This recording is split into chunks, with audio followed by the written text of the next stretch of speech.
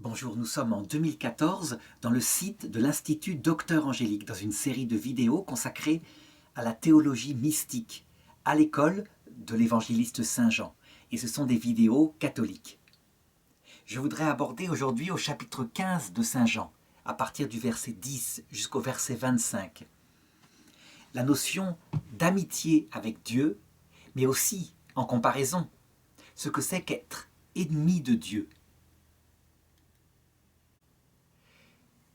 Je veux remarquer que ces textes-là sont toujours dans ce que Saint Jean a mis dans le testament de Jésus. Ça veut dire que ça se passe toujours le jeudi saint, le soir de l'institution de l'Eucharistie, que d'ailleurs Saint Jean ne raconte pas, parce qu'il raconte la signification profonde de l'Eucharistie. Le sacrement lui-même, je le verrai dans la prochaine vidéo, à partir d'un texte de Saint Matthieu. Et donc, tous ces secrets profonds cachés dans l'Eucharistie, et qui sont signifiés par cette descente de Jésus sous forme de pain afin de s'unir à nous, eh bien, elle est signifiée, la réalité signifiée est dans ce texte-là. C'est donc une vidéo très importante que celle qui porte sur la notion d'amitié avec Dieu. Et donc, j'ai décidé de faire commencer le texte ici à partir du verset 10. « Si vous gardez mes commandements, vous demeurerez en mon amour. Comme moi j'ai gardé les commandements de mon Père, et je demeure dans son amour. » Donc la première chose que Jésus dit, dans cet extrait qui peut-être n'a pas été dit comme cela le jour du jeudi saint, mais qu'en tout cas Saint Jean a entendu, qu'il a reconstitué avec l'Esprit Saint, c'est que Jésus fait un rapport direct entre sa vie trinitaire avec le Père, cette vie qui est lumière et amour, ce qui unit le Père et le Fils, c'est l'amour entre les deux, à savoir l'Esprit Saint. Eh bien, il fait un rapport direct avec notre vie avec lui. Donc, dans la Trinité, on peut dire que le Verbe de Dieu, le Fils éternel, demeure dans l'amour avec le Père, et cet amour, c'est le Saint-Esprit. Eh bien, Jésus fait une comparaison pour montrer que c'est de cette source-là, la vie trinitaire, qu'on peut dire que l'homme est créé à l'image de Dieu, parce qu'il y a un rapport.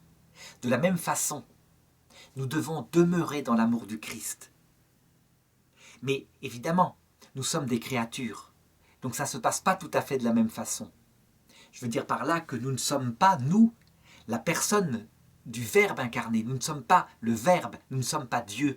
Nous sommes des petites créatures humaines, limitées. Eh bien, ça ne fait rien.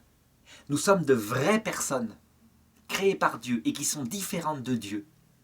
Et donc nous pouvons demeurer dans l'amour de Dieu à travers une alliance réciproque.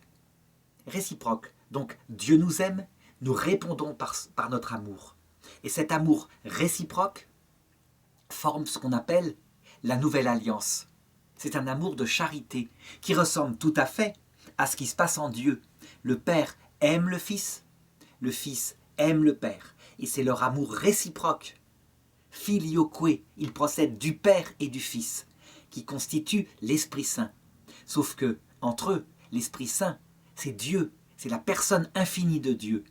Alors que nous, notre relation à Dieu, parce que nous ne sommes pas Dieu, c'est une charité créée, un amour d'amitié créé, comme il va le préciser juste après.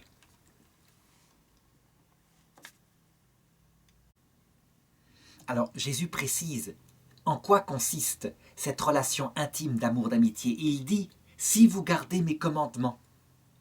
Ça c'est aussi important à comprendre. Nous sommes des êtres humains.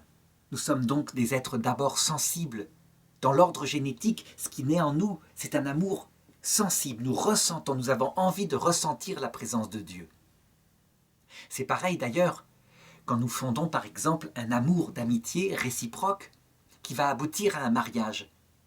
Ce qui nous correspond le plus, c'est qu'au début, l'un comme l'autre, le jeune homme et la jeune fille, veulent tomber amoureux, donc éprouver un fort sentiment. Et nous croyons, ça nous est naturel, que c'est ça l'amour. Ce qui finit par nous poser de gros problèmes. Parce que lorsque nous nous mettons en couple, dans la vie commune, au bout de quelques temps, quelques mois, l'épreuve classique, fréquente, c'est que le quotidien vient étouffer le sentiment. C'est une constatation tellement fréquente que les psychologues actuels, qui croient que le sentiment, c'est l'amour, disent « l'amour ne dure que 3 ans ». Eh bien, Jésus montre que non. Ce qui dure 3 ans, c'est le sentiment amoureux. Donc, disons, la partie liée à notre vie animale, et qui est si merveilleusement humaine en même temps. Mais ce qui est au-delà du temps, c'est un amour de l'intelligence.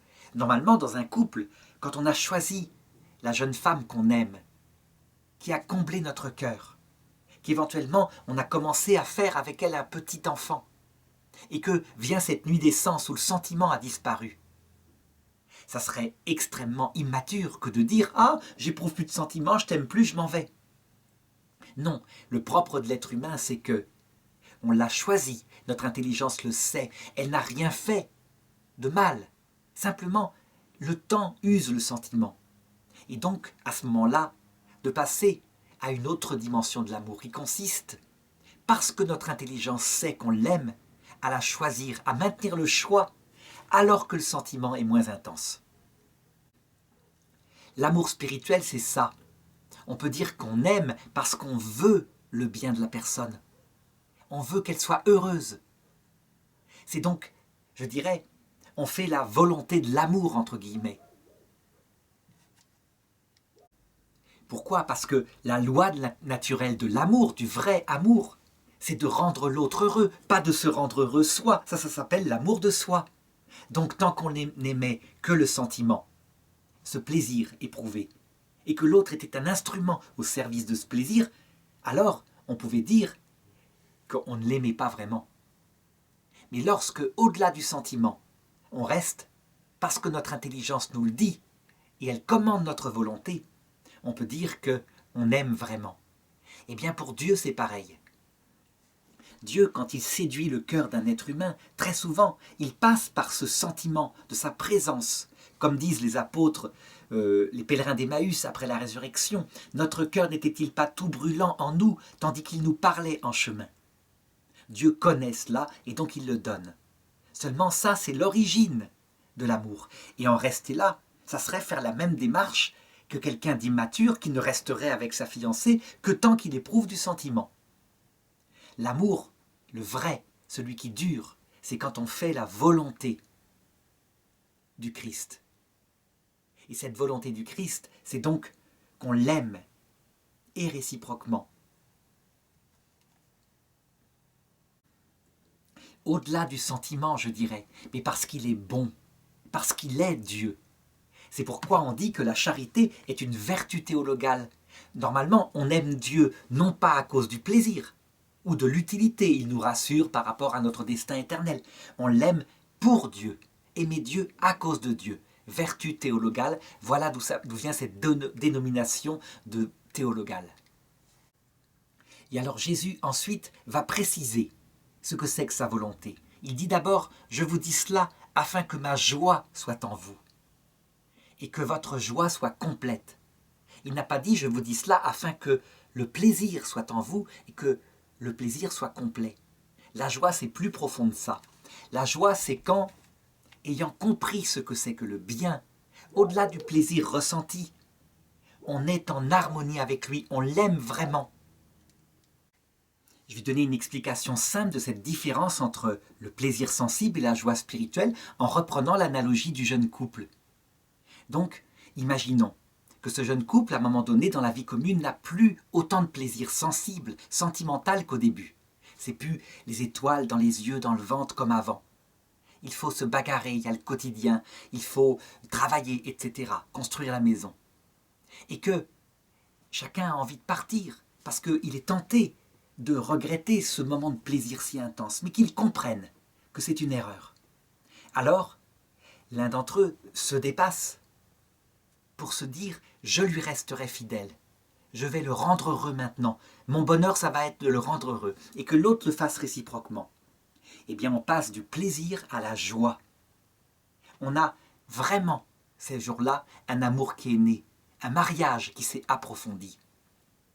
Et du coup, viendront des moments de plaisir sensible et physique, mais Ce qui fonde le couple, c'est cet amour pour la vraie personne de l'autre telle qu'elle est, qui n'a pas le pouvoir magique de tout le temps faire battre le cœur dans le plaisir sensible. Eh bien, par rapport à Dieu, c'est pareil. Quand on l'aime pour lui-même, quelquefois, il ne vient plus de plaisir sensible, les fameuses grâces sensibles dont parlent les contemplatifs qui disparaissent.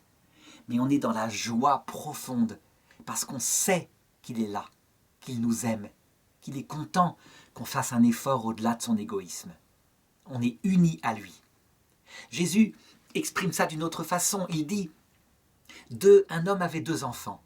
Il dit au premier, « Va travailler dans mon champ. » Et le premier répondit, « Oui, père, j'irai. » Et il n'y alla pas. Il dit à l'autre, « Va travailler dans mon champ. » Et le second dit, « Non, je n'irai pas. Pas du tout. C'est trop dur. » Et il y alla. Lequel des deux aima le plus ? Eh bien, Jésus répondit, c'est le deuxième, évidemment. C'est le deuxième. Le premier, il est dans l'amour sensible, passionné. Il s'enthousiasme. Et puis, il ne dure pas quand vient l'épreuve. Et le second, eh bien, il sait que c'est pénible, qu'il faut durer. C'est de la fidélité. Il y a du sacrifice dans l'amour, mais il le fait. Eh bien, c'est le second qui aime. C'est pas celui qui éprouve des sentiments fugaces et qui s'envole. Je ne veux pas opposer, évidemment, sentiment et amour volontaire. Ils sont unis. Le premier fonde l'autre et autorise la naissance de l'autre. Mais c'est pour bien comprendre les choses. Alors justement, quel est cet acte, cette volonté concrète où on peut repérer qu'on aime Jésus ? Eh bien, il le dit après. Voici quel est mon commandement. Donc, voici en quoi consiste faire ma volonté, la volonté du Père. Je vous demande de vous aimer les uns les autres comme je vous ai aimé. Alors on pourrait dire, en lisant ce commandement, mais il n'a rien de nouveau. Puisque, à un moment donné, quand un juif demande à Jésus quel est le plus grand des commandements, Jésus répond, tu aimeras ton Dieu de tout ton cœur, de toute ton âme, de toute ta force. Et il dit ensuite, le second lui est semblable. Tu aimeras ton prochain comme toi-même. Tu aimeras ton prochain comme toi-même, c'est la même chose que tu aimeras ton prochain comme je vous ai aimé. Eh bien, pas du tout. Pas du tout, ce n'est pas la même chose. Dans la première formulation du commandement, qui certes, du côté de l'intensité, marque le même absolu. Parce que il s'avère que tous les actes libres qu'on fait, sans exception, tels que nous sommes structurés nous les hommes, nous le faisons sans nous en rendre compte, c'est un programme, c'est pas libre, pour être heureux. Je veux dire que tous les actes libres, quand par exemple on va librement, mettons, étudier, non pas parce qu'on est forcé, mais librement, c'est pour former son intelligence, par exemple, pour avoir un métier, et donc avoir un métier, c'est avoir de l'argent, donc être équilibré, donc être heureux. Un philosophe allait jusqu'à dire que lorsque quelqu'un se suicide, on dirait mais il se veut du mal, il ne s'aime pas. Non, fondamentalement, c'est parce qu'il s'aime. C'est parce que la vie est tellement dure que le néant ou l'autre monde deviennent pour lui quelque chose de désirable. Pour quelle raison ? Être heureux. Être heureux en dormant à jamais, par exemple. C'est bien ça. Donc, l'homme n'est pas libre de ne pas être heureux. C'est un programme. Donc, tout ce qu'on fait, c'est pour se faire du bien finalement. Et Jésus, enfin plutôt Dieu au départ, dit, Jésus est Dieu, mais je veux dire par là que ça date de l'Ancien Testament, avant que Dieu s'incarne. Aimez-vous les uns les autres, ou aimez votre prochain comme vous vous aimez vous-même, parce qu'il n'y a pas de plus forte comparaison que cela. Eh bien Jésus, il établit sans doute la même force, donc cet amour de l'autre qui doit être premier, absolu. Mais il l'établit différemment, en fonction de la façon dont il nous a aimés. Ça veut dire qu'en fait, il fait sortir le commandement de l'amour d'amitié qu'on a pour lui. C'est parce qu'on le contemple, parce qu'on l'aime, parce qu'on voit ce qu'il a fait, que du coup, parce qu'on l'aime, on va aimer notre prochain, comme lui l'a aimé. Alors la mesure en question, elle est absolument absolue chez Jésus. Puisqu'il est en train de mourir à la croix pour des gens qui sont en train de le tuer, et afin de les sauver. Puisqu'il le dit textuellement, son projet c'est quoi ? C'est que tout homme ayant désobéi, lorsqu'il arrive à l'heure de la mort, lorsque Dieu montre à quel point il l'aime et qu'il lui propose le pardon, eh bien s'il se repent, le pardon ayant été très très grand pour des fautes très graves, normalement il aime beaucoup. Il aime beaucoup parce qu'il a beaucoup été pardonné.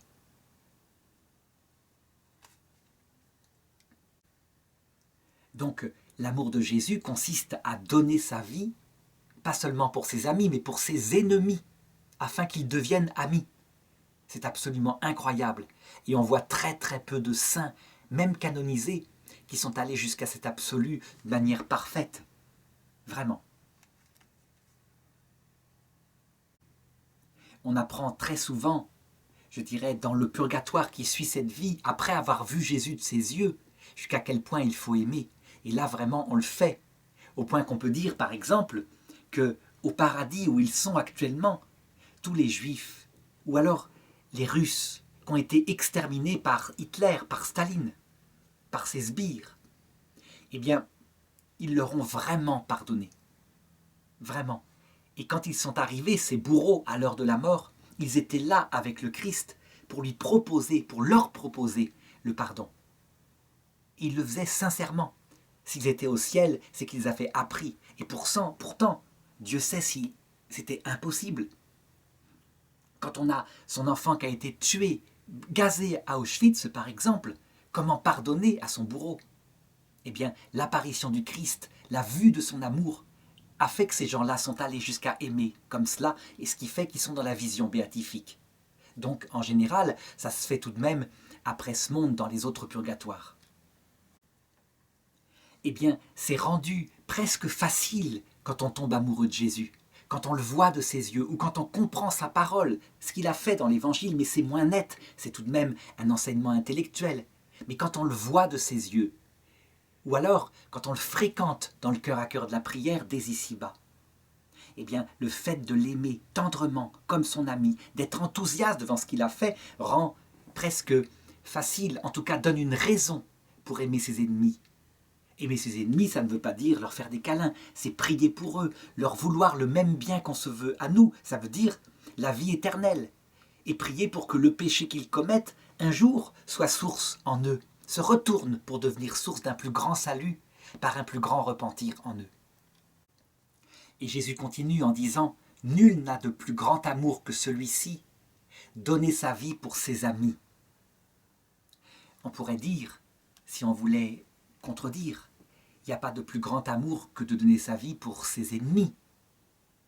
Mais Jésus n'a jamais considéré ses ennemis comme des ennemis. Ça va jusque-là. Il les considère comme de futurs potentiels amis. Alors ici, on pourrait tout de même se poser une question. Ce nouveau commandement, à savoir aimer son prochain comme Jésus l'a aimé, est-ce qu'il fonde véritablement quelque chose ou est-ce qu'il est la conséquence d'un autre commandement, à savoir l'amour qu'on a pour Jésus? Donc, parmi les deux commandements de la charité, l'amour de Dieu, l'amour du prochain, lequel est premier? Si on regarde le texte ici, on pourrait dire Jésus ne parle que de l'amour du prochain. Non, il parle de l'amour de Dieu. Il parle de l'amitié avec lui, avec le Père. Il faut être clair. Comme disait un saint, je crois que c'est saint Vincent de Paul, nul ne peut voir dans le prochain l'ami de Jésus, celui pour qui Jésus a donné sa vie, et l'aimer comme un ami, comme Jésus l'a aimé, s'il a passé d'abord de très longues années, de très longues heures en tout cas, à chercher Jésus pour lui-même. On voit bien, un amour aussi fou de son prochain n'est pas humain. Humainement, les païens, les non-chrétiens arrivent à aimer leurs amis. Mais aimer ses ennemis, faire du bien à ceux qui nous haïssent, comme le dit Jésus à un moment donné dans l'Évangile selon saint Matthieu, c'est quelque chose qui implique la vie surnaturelle. Si ça implique la vie surnaturelle, c'est donc que c'est fondé sur la charité, vertu théologale, cet amour d'amitié surnaturelle pour Dieu. C'est quand on aime Dieu réciproquement que du coup, ça jaillit en source de vie éternelle et ça produit l'amour du prochain. Attention, c'est quelque chose de très concret, parce que là on pense à un ennemi dans le travail, mais c'est ce qui explique l'indissolubilité du mariage chrétien. Le mariage chrétien, quand on va à l'église, qu'on se marie avec sa bien-aimée, dont on est passionnément amoureux au début, avec des sentiments, et qu'on s'engage pour le meilleur et pour le pire. Le pire, c'est quand elle devient ennemie. Par exemple, quand le conjoint se barre, qu'il se met avec quelqu'un d'autre et qu'en plus il se fiche du monde de celui qui l'a abandonné. Là, c'est l'amour des ennemis. C'est donc une vocation. Quand il y a un divorce de ce type-là, la victime du divorce, eh bien, elle est confrontée à cela. Il n'est pas naturel du tout d'aimer un ennemi. Ça ne peut être fondé donc que sur l'amour de Jésus, qui promet en échange 1000 fois plus en époux, en enfant, de l'autre côté de cette vie. C'est donc une vocation. Mais attention, une vocation tellement surnaturelle que jamais Jésus n'en fait un piège à la damnation. Quand certains théologiens de mauvais goût, vraiment, on peut le dire, face à des victimes comme cela, qui se remariaient, qui ne tenaient pas, mettaient un piège à la damnation, ils n'avaient rien compris. Jamais Jésus ne menacera de damnation quelqu'un qui fait ce qu'il peut, un pauvre pécheur. On le voit très nettement dans l'Évangile, face à la Samaritaine qui a eu 5 maris, et qui n'est pas avec son mari d'ailleurs. Jésus voit bien les liens où elle s'est mise. Elle ne peut pas quitter le 6e pour retrouver lequel des 5 autres. Donc, elle est dans des liens. Eh bien, qu'elle reste fidèle à celui avec qui elle est, à partir de maintenant.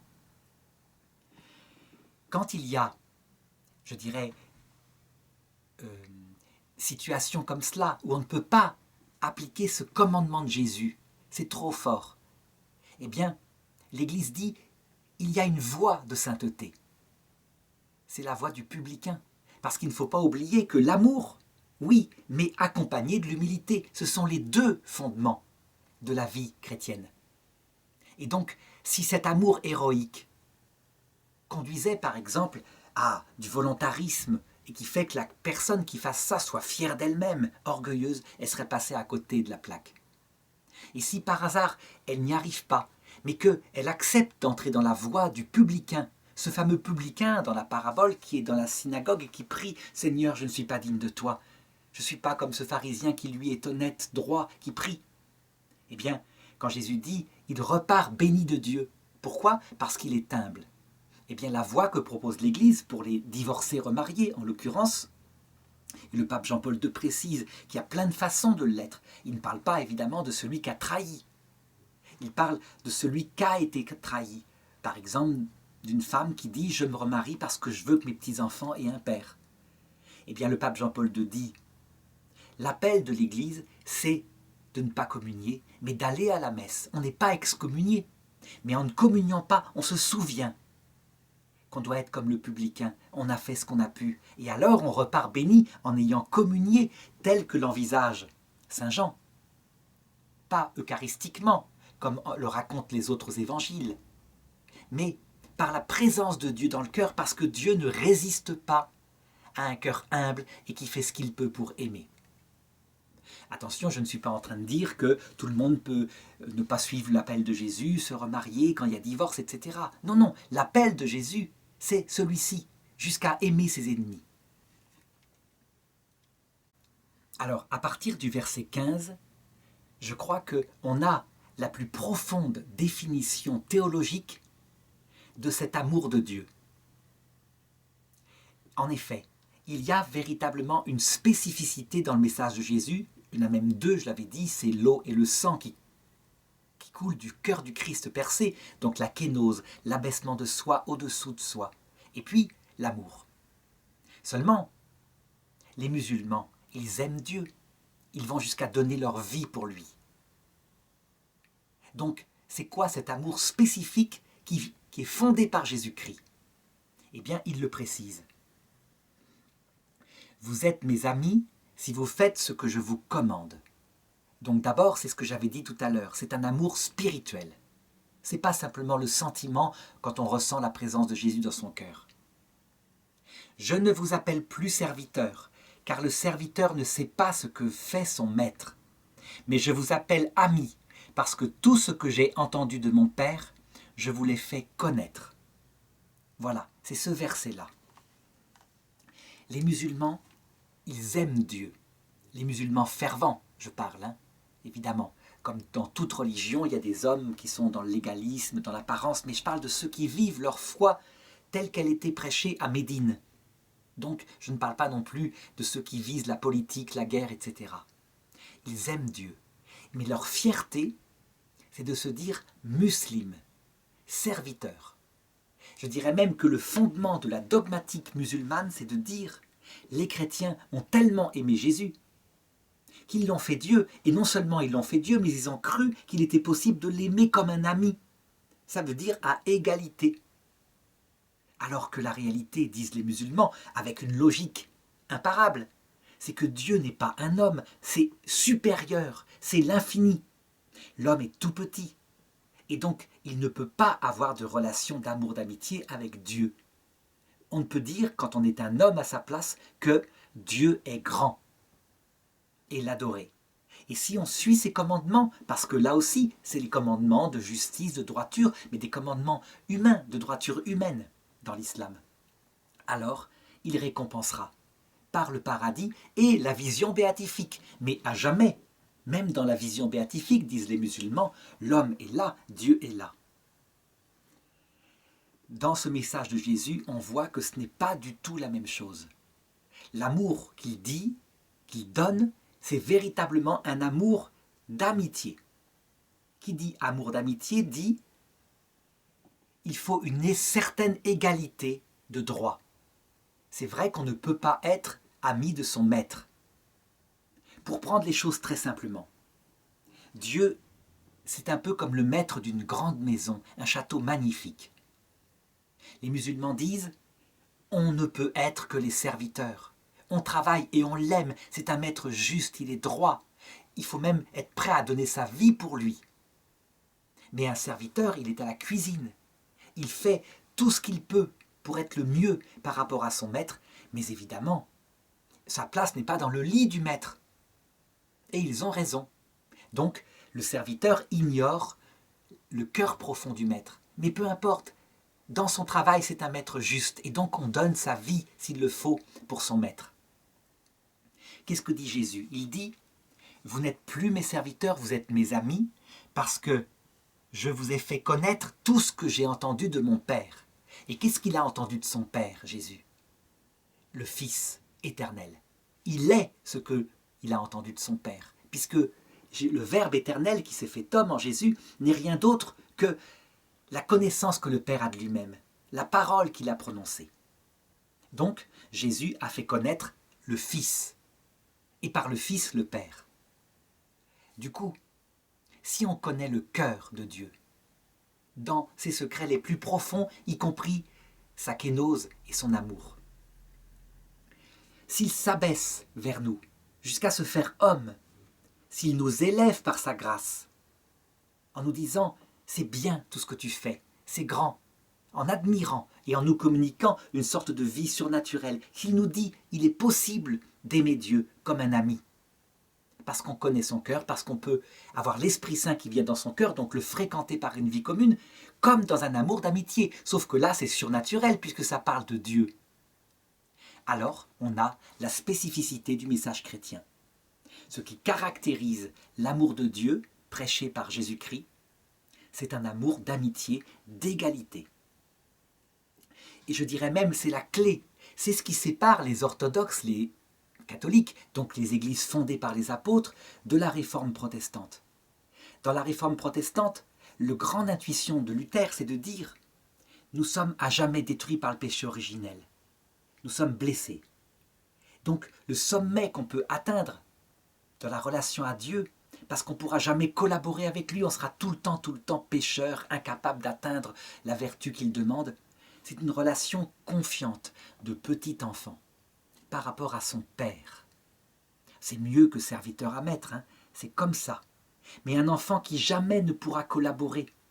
Les œuvres d'ailleurs n'ont aucune valeur. Seule la foi, même si on est gravement pécheur, seule la foi fait qu'on sait qu'on sera sauvé. Ce que dit Luther, en fait, c'est le début de la voix de la petite Thérèse de l'Enfant Jésus, quand elle décrit ça comme être dans les bras de son père, dans un ascenseur. Et le petit bébé monte jusqu'au ciel. sans effort parce qu'il a confiance en son papa. Seulement la petite Thérèse ne s'arrête pas là. Elle devient ensuite épouse de Dieu, collaboratrice. Elle le dit dans son livre. Donc, il y a une perte en ligne chez les protestants et on voit bien ici que Jésus, pour le moment, comme il s'adresse à ses apôtres, ne va pas dire « vous êtes les épouses de Dieu », sous-entendu de moi, puisqu'il a dit qu'il était Dieu. Mais ses amis, c'est la même analogie. L'ami, il collabore avec son ami. L'ami intime, je dirais, il rentre quand il veut dans la maison. Il a accès aux richesses, aux comptes en banque. Mais évidemment, l'analogie de l'épouse est bien plus forte. Parce que là, il y a l'intimité totale, la nudité face à face, qui signifie tout cela. Ça explique aussi pourquoi les catholiques et les orthodoxes prient les saints. Parce que ce sont les épouses de Dieu. L'épouse unique de Dieu, on devrait dire, puisque chaque saint est unique pour Dieu. Seulement, chaque saint a tout pouvoir sur Dieu. Dieu ne vérifie même pas. La confiance est absolue. C'est une relation d'alliance chrétienne, véritablement. Il n'y a pas infériorité, supériorité comme dans l'alliance musulmane. Comme elle autorise 4 femmes, et bien évidemment, les femmes sont plutôt des mères. Difficile de les aimer chacune comme l'unique. Alors les protestants protestent ici en disant « Mais donc, ça veut dire que si vous pouvez collaborer, si vous dites que vous agissez pour Dieu par votre propre liberté, vous êtes semi-pélagien. Ça veut dire, vous pensez que le salut, c'est les œuvres. On fait des œuvres avec ses petits bras, Dieu est content et comme ça on est sauvé. » Jésus répond à l'argument dans le verset suivant quand il dit « Ce n'est pas vous qui m'avez choisi, c'est moi qui vous ai choisi et vous ai établi pour que vous alliez et portiez du fruit et que votre fruit demeure, et afin que tout ce que vous demandiez au Père en mon nom, il vous le donne. » Ça veut dire quoi? Quand Jésus dit « Vous êtes mes amis et vous aurez tout pouvoir sur mon cœur, vous serez les rois du ciel. Vous régnerez, il le dit textuellement aux apôtres, vous régnerez sur les anges au ciel. » Eh bien, il précise, l'initiative est venue de Dieu. Ça veut dire qu'en fait, tout ce que peuvent faire des personnes comme la Vierge Marie, comme les saints, comme les anges, c'est d'abord Dieu qui est venu les appeler. C'est lui qui les a appelés en leur expliquant que c'était possible. Du coup, ils ont entendu dans leur intelligence qu'ils étaient attirés par une grâce qu'on appelle la prémotion divine, une attraction venant du vrai Dieu, qui correspondait évidemment au cœur de l'homme, qui trouvait un écho dans cette structure de l'âme profonde de l'homme. Et alors, en y croyant, c'est pour ça que la foi est le fondement, en y croyant, comme le dit Luther, on fait confiance en Dieu. On a répondu à Dieu, je veux t'aimer comme mon ami. Et alors, il a donné ce qu'on appelle la grâce sanctifiante. À savoir, il a créé dans l'âme de son ami, mais aussi des anges, une réalité qui surélève, de manière à ce qu'elle soit capable d'aimer véritablement, comme un ami, celui qui est totalement différent en nature. Puisque je disais tout à l'heure que la condition de l'amitié, la première, c'est de partager un peu une sorte d'égalité. On ne peut pas être ami avec un supérieur hiérarchique. Donc il surélève l'âme, l'intelligence par la foi, la volonté par la charité qui est une capacité d'aimer Dieu d'amitié, mais surnaturellement, ça dépasse notre nature, et la volonté d'efficacité par l'espérance. Alors, avec cet organisme toujours attiré par cette grâce qu'on appelait avant la prémotion divine, et qui là, une fois qu'on est rentré dans l'amitié, s'appelle une grâce actuelle, un amour actuel. Dieu nous attire actuellement, alors on peut librement collaborer avec Dieu, faire des actes. Le semi-pélagianisme, il dirait, on fait les actes tout seul, parce qu'on s'est mis à aimer Dieu. Et le catholicisme dit non, la grâce qui attire est là. Sinon, si on n'était plus attiré par Dieu, tout de suite, on s'écroule, on n'est plus capable de l'aimer. Le bien ne nous attire plus, alors on ne l'aime plus. La grâce est première, mais elle fonde une vraie activité de l'ami, donc des œuvres. Les œuvres, ce n'est pas matériellement telle pratique, etc. C'est d'abord la prière, le fréquenter par l'amour. Et puis c'est ensuite l'amour du prochain comme il le dit. Qui peut aimer Dieu? Celui qui dit il aime Dieu et qui n'aime pas son prochain, c'est du vent.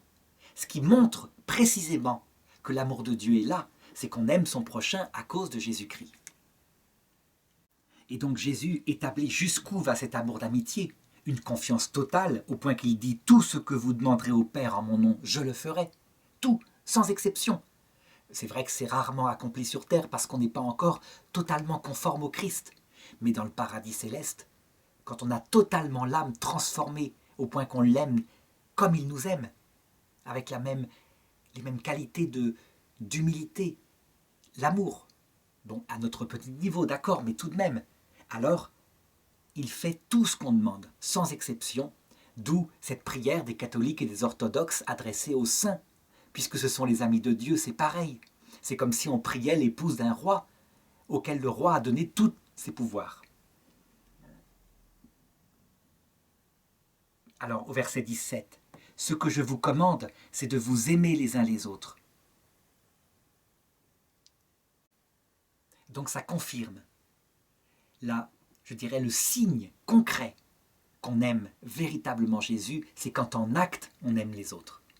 Je dirais, encore une fois, que c'est analogue à ce qui se passe dans le mariage. J'ai des jeunes fiancés qui me disent « Est-ce qu'on peut être sûr qu'on s'aime vraiment ?» Eh bien, je leur réponds « Vous ne saurez que vous aimez vraiment qu'avec du temps. Parce que d'abord, vous êtes porté par le sentiment. Mais avec le temps, quand le sentiment se sera un peu calmé, et que vous êtes capable de répondre aux deux questions. Premièrement, est-ce que c'est l'homme de ma vie avec ses défauts qui maintenant m'énervent puisque je les vois? Je ne suis plus aveuglé par le sentiment. Et deuxièmement, si je tombe enceinte, est-ce que nous gardons l'enfant, concrètement, ensemble, avec lui, le père de mes enfants? Si vous pouvez répondre oui à ces deux questions, en acte, c'est que, sans doute, l'amour concret est là. Mais si, dès qu'il n'y a plus de sentiments, vous vous en allez, si, dès qu'il y a un problème qui s'appelle un enfant, vous l'avortez, vous réglez le problème comme ça, c'est qu'en fait, vous n'aimiez que vous-même, votre propre plaisir. Eh bien, c'est pareil avec Jésus-Christ. Si on aime son prochain en acte, et son prochain, c'est pas l'Africain au bout de l'Afrique, c'est ses vieux parents à l'hôpital, c'est son épouse, c'est ses enfants d'abord, puis ses amis, puis ses collègues, etc. Si on n'aime pas son prochain, celui qui est proche en acte, eh bien, c'est le signe qu'on vit dans un rêve imaginaire. On aime Dieu, mais quand il n'est pas dans le concret. Alors, attention, là, il ne faut pas non plus, en regardant concrètement ce qu'on fait, par exemple, pour ses vieux parents, tomber dans une culpabilité atroce. Je veux dire par là que le fait qu'on n'est pas à la mesure de ce qu'on devrait faire permet d'accompagner cet amour de l'humilité, le repentir qui est nécessaire. Si quelqu'un était absolument à 100% du côté de l'amour en acte, donc des œuvres faites pour son prochain, parfait, il développerait parfois de l'orgueil, sans s'en rendre compte, en se disant « moi je suis bien et je ne comprends pas ces jeunes qui, etc. etc. » Non, l'imperfection fait partie de la perfection. Alors, Jésus manifeste maintenant une deuxième chose qui permet de voir vraiment si on l'aime, à savoir quand arrivent les épreuves. Comme je le disais tout à l'heure, quand dans le couple arrivent les scènes de ménage, le sentiment est moins là. C'est pareil avec le Christ, et c'est pourquoi il dit « Si le monde vous hait, sachez que moi, il m'a pris en haine avant vous. Si vous étiez du monde, le monde aimerait son bien. Mais parce que vous n'êtes pas du monde, puisque mon choix vous a tiré du monde, pour cette raison, le monde vous hait. Rappelez la parole que je vous ai dite. Le serviteur n'est pas plus grand que son maître. S'ils m'ont persécuté, vous aussi, ils vous persécuteront. S'ils ont gardé ma parole, la vôtre aussi, ils la garderont. » Alors, je vois dans ce texte donc la manifestation, quand on est confronté à des tas de soucis parce qu'on est chrétien. Je pense par exemple, ces jours-ci, à la petite Myriam Mohamedi, une femme du Soudan qui a été condamnée à mort parce que chrétienne. Mais chrétienne alors qu'elle devrait légalement, selon la charia interprétée par le Soudan, puisque son père est musulman, elle est automatiquement musulmane. Et elle répond, j'ai été élevée par ma mère, mon père je l'ai jamais connu, ma mère est chrétienne, je suis chrétienne. Alors on la condamne à mort et elle dit, je suis chrétienne. On le voit là, en acte. Elle est, même si elle a été libérée, elle n'a pas été tuée. La pression du monde, scandalisée par des choses qu'on voyait à l'époque de l'Empire romain, la pression du monde a fait que le Soudan a reculé. Mais en acte, elle est une martyre. Eh bien, voilà. Le monde est, je ne dis pas que les musulmans sont le monde, c'est pas ça que je veux dire, c'est l'orgueil présent aussi dans l'islam, mais ça aurait pu être aussi des chrétiens face à des protestants ou des catholiques face à des protestants. Bref, le monde est partout en nous. Le monde, quand il est quelqu'un qui met en avant l'amour du Christ et l'amour du prochain, eh bien, si on reste fidèle, on peut dire en acte qu'on aime le Christ. Cette femme-là, en acte, elle semble aimer le Christ plus que sa propre vie. Elle l'a démontré. C'est d'autant plus fort qu'elle est maman, qu'elle a des enfants. Donc, elle aurait été exécutée, elle était envoyée dans l'autre monde en laissant ses enfants. Ça implique véritablement le plus grand martyre pour une maman, parce qu'il n'y a pas de plus grande souffrance que d'être arrachée à ses enfants. Autre chose que je voudrais faire remarquer, c'est quand Jésus dit « le serviteur n'est pas plus grand que son maître ». Ça veut dire que de nouveau, il nous appelle serviteurs. Ça paraît bizarre, il vient de dire « vous êtes mes amis ».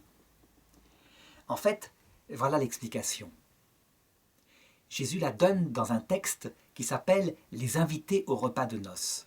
Et il dit « ne te hâte pas d'aller te mettre à la première place aux noces, de peur que le maître des noces ne vienne te trouver et te dise de reculer, afin de mettre quelqu'un qui est au fond, qu'il estimera plus digne que toi. » Ça veut dire quoi? Certes, le message de Jésus-Christ, c'est qu'il propose l'amitié avec lui, et le message de l'islam, c'est qu'il propose d'être des humbles serviteurs. Mais il ne faudrait pas s'enorgueillir.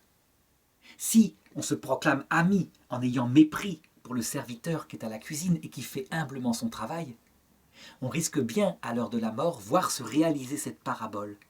Jésus ira, il apparaîtra aux humbles serviteurs, les musulmans, qui se disent tels. Et il leur dira, « Tu as été un bon serviteur. Viens, je t'appelle à devenir, si tu le veux, épouse. » Et le serviteur, ou plutôt la servante, puisqu'on parle de son âme, sa réaction ne sera pas de dire « Mais que me dis-tu là? Ma place est à la cuisine. Un peu de dignité. » Non. Sa réaction sera les larmes, la reconnaissance. Et ils deviendront chrétiens face au Christ. Chrétiens dans le sens disciple de Dieu fait homme. De même que si une servante, son roi l'appelle au mariage, elle ne refuse pas. Mais si nous arrivons en disant « nous sommes épouses » et que véritablement nous imposons par notre orgueil cette place, nous risquerions bien d'être rétrogradés au purgatoire pendant un certain temps à la place de serviteurs. Donc c'est Dieu qui fera de nous un ami, et nous avons plutôt intérêt à arriver à genoux, comme des serviteurs indignes, qui ont fait ce qu'ils ont pu. Donc à travailler l'humilité, tout en regardant l'amour, mais à travailler l'humilité, alors que Dieu, il va nous révéler l'amour, et il se fera défenseur des bonnes œuvres que nous avons faites. Il nous les montrera, il nous admirera. Mais c'est son rôle à lui, c'est lui qui décrète qu'il y a mérite dans les petites œuvres de celle qu'il appelle à être son épouse.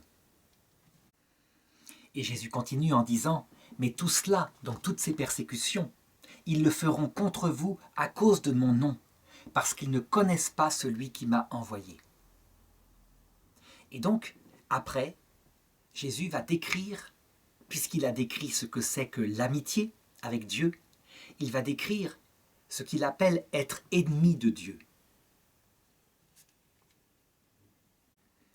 Et c'est logique. À partir du moment où Dieu révèle le cœur du Père, et où on peut être ami, comme dans une relation d'égalité, d'épouse avec Dieu, la conséquence, c'est que, étant lucide sur ce qu'est Dieu, on peut aussi lucidement détester Dieu. Et donc, le vrai ennemi de Dieu, c'est quelque chose de très logique et très précis. C'est quelqu'un qui connaissant qui est Dieu, le connaissant vraiment dans son cœur. Donc pas comme le serviteur qui est à la cuisine, qui ne connaît pas encore son cœur, mais le connaissant, face à lui, on mépriserait son mystère d'humilité et d'amour, pour se mettre, par exemple, dans une recherche égoïste de sa propre liberté. Donc le vrai ennemi de Dieu, puisque l'ami c'est celui qui connaît et celui qui fait la volonté de Dieu. Il connaît, donc son intelligence est lucide. Il fait la volonté de Dieu, donc il est maître de lui, comme un adulte, pour agir en collaboration avec son ami, avec son épouse. Et bien de la même façon, le vrai ennemi de Dieu, c'est celui qui, connaissant qui est Dieu, nie ce droit d'être Dieu à Dieu. Et d'autre part, celui qui calmement, étant maître de lui, lutte contre Dieu. C'est ce qu'on appelle le blasphème contre l'Esprit Saint. Et donc il faut être très précis, parce que voilà le texte de Saint Jean. Il dit ici, « Si je n'étais pas venu et ne leur avais pas parlé, ils n'auraient pas de péché. Mais maintenant, ils n'ont pas d'excuse à leur péché. » Donc il indique que la connaissance augmente la culpabilité. C'est logique. Quand on sait ce qu'on fait, c'est plus grave. Alors du coup, on pourrait se demander, tous ceux qui connaissent le Christ, qui connaissent Dieu, à partir de maintenant, vont être, quand ils vont refuser le Christ, en état de péché contre l'Esprit Saint. Eh bien, je ne crois pas que c'est comme ça qu'il faut interpréter les choses. D'ailleurs, on le voit, dans la première épître de Saint Jean, chapitre 2, Saint Jean, par lui-même cette fois, par sa propre réflexion, revient sur cette histoire, qui est l'Antichrist. Et il dit ceci, « Petits enfants, voici venir la dernière heure, vous avez entendu dire que l'Antichrist doit venir. » L'Antichrist, c'est donc l'ennemi du Christ. Et déjà maintenant, beaucoup d'Antichrists sont survenus, à quoi nous reconnaissons que la dernière heure est là. Et il précise, ces antichrists sont sortis de chez nous, et ils n'étaient pas des nôtres. S'ils avaient été des nôtres, ils seraient restés avec nous. Mais il fallait que fût démontré qu'ils n'étaient pas des nôtres. Quant à vous, vous avez reçu l'onction venant du Saint, et tous vous possédez la science, donc il parle encore de la connaissance du cœur de Dieu. Et je vous ai écrit, non pour que vous ignoriez la vérité, mais parce que vous la connaissez et qu'aucun mensonge ne procède de la vérité. Et il va définir l'antéchrist. Qui est le menteur, sinon celui qui nie que Jésus soit le Christ? Le voilà l'antéchrist. Il nie le Père et le Fils. Quiconque nie le Fils ne possède pas non plus le Père. Qui confesse le Fils possède aussi le Père. Alors, à partir de ce texte, mal compris, certains en ont conclu que, par exemple, les musulmans étaient l'antéchrist, puisque les musulmans, par définition, nient que Jésus-Christ soit le Fils éternel. Ils disent il est à la rigueur un fils créé, adoptif, mais il est un simple humain, un prophète. Et d'autre part, ils nient la possibilité d'aimer Dieu cœur à cœur, comme je l'ai dit tout à l'heure, par un amour d'amitié. Donc ils disent on ne peut aimer Dieu que comme un serviteur. Est-ce que c'est d'eux, même s'ils ne surgissent que plus tard, que Saint Jean parle? Bien sûr que non, c'est pas d'eux. Parce que quand ils disent cela à partir de Mohammed, ils le disent parce qu'ils ignorent qui est le Fils.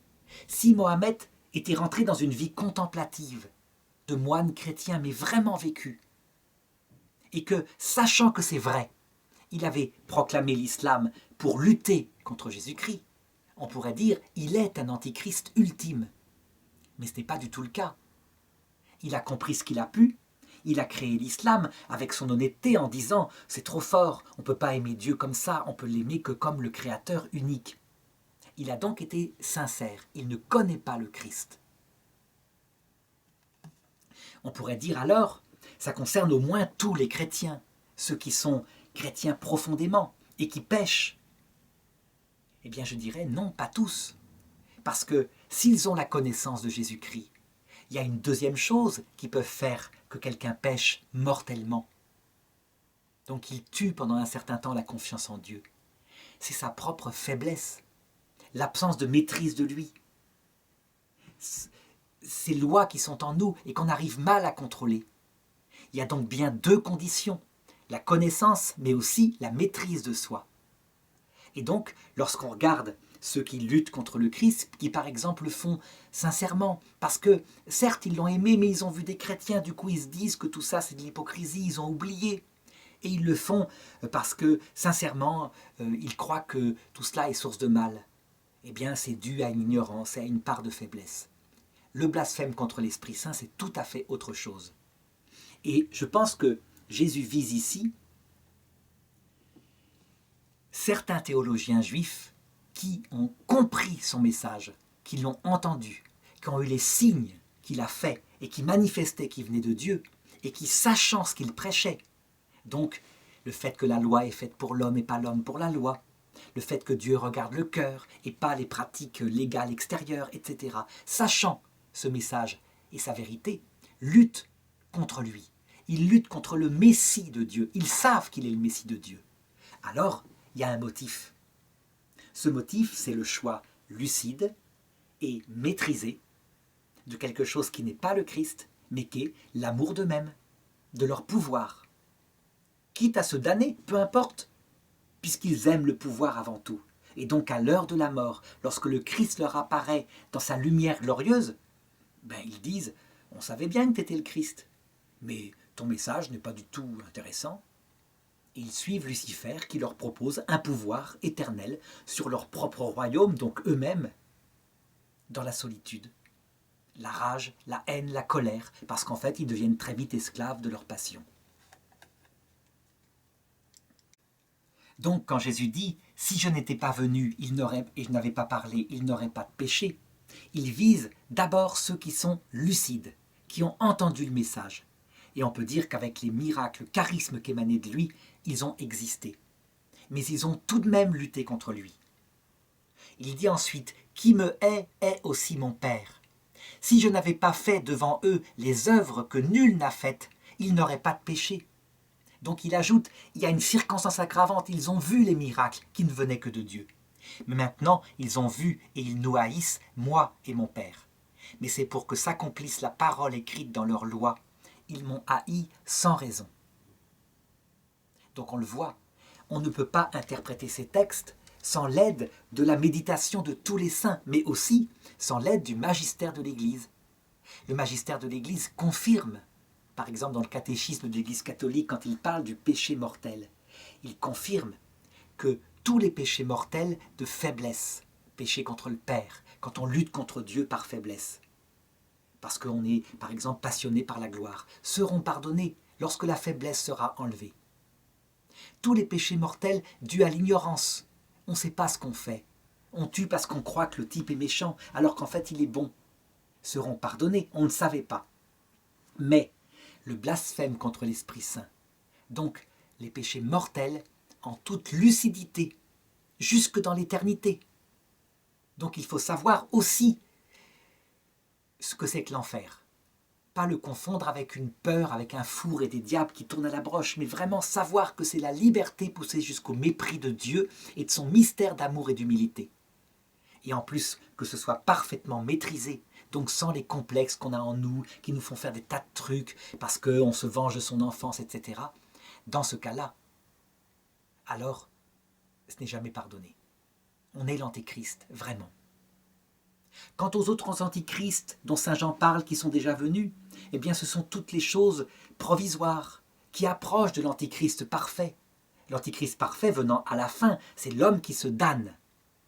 Et à la fin du monde, c'est le dernier antéchrist qui est un véritable collaborateur de Lucifer dont il connaît le projet. Mais ça c'est unique, c'est à la fin du monde. Voir 2 Thessaloniciens chapitre 2.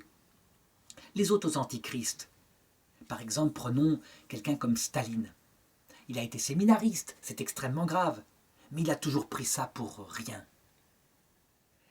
Il a tué des tas de gens, et on voit bien qu'il y a chez lui une paranoïa, donc une maladie mentale. En même temps, il fait quelque chose qui ressemble mais qui n'est pas encore un blasphème contre l'Esprit Saint, qui ressemble parce qu'il connaît quand même un peu le Christ, théoriquement, mais il ne le connaît pas dans le cœur à cœur. Si bien que, à sa mort, lorsque cette fois il le connaîtra cœur à cœur dans son apparition, et que tout lui sera révélé, s'il maintient « j'ai raison », tout ça c'est débile, ton humilité, ton amour, moi je ne cherche que ma gloire, alors il commet le péché contre l'Esprit Saint, il va là où penche son cœur. Il se damne pour l'éternité librement. Alors pour conclure ce commentaire, quand Jésus dit « Ils m'ont haï sans raison », qu'est-ce que ça veut dire?